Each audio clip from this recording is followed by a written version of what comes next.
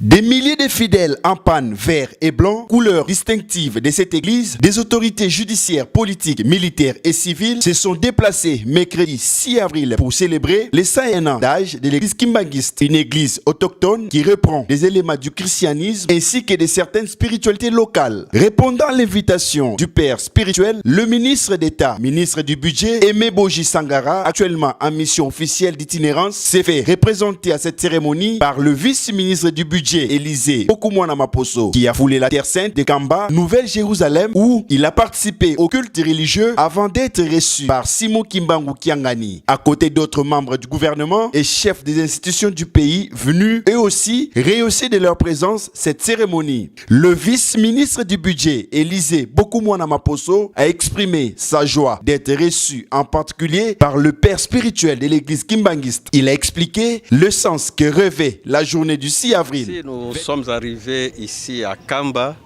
pour répondre à une invitation lancée par les pères spirituels de l'église Kimbangiste, l'église de nos ancêtres, et que je suis pour ici. La toute première fois, j'ai été au culte et il m'a reçu en particulier.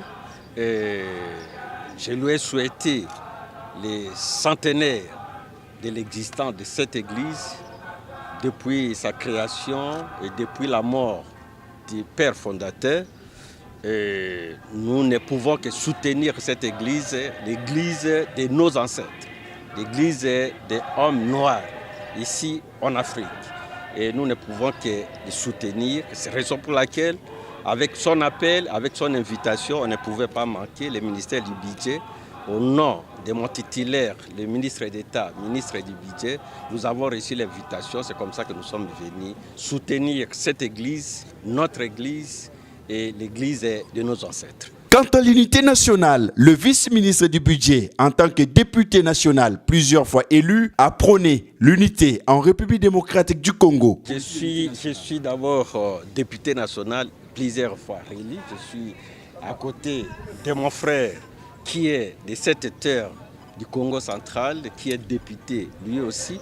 Donc nous ne pouvons que prôner l'unité au niveau de la République démocratique du Congo et au sein de l'Église, l'unité soit pour que l'esprit des pères spirituels puisse jaillir au sein de chaque membre de l'église ici sur cette terre. Il convient de retenir que l'église Kimbangiste, qui vient de célébrer ses 101 ans, est une église africaine indépendante dont une partie du discours évangélique porte sur l'identité noire. Elle a été fondée le 6 avril 1921 par Simon Kimbangu à l'époque du Congo belge.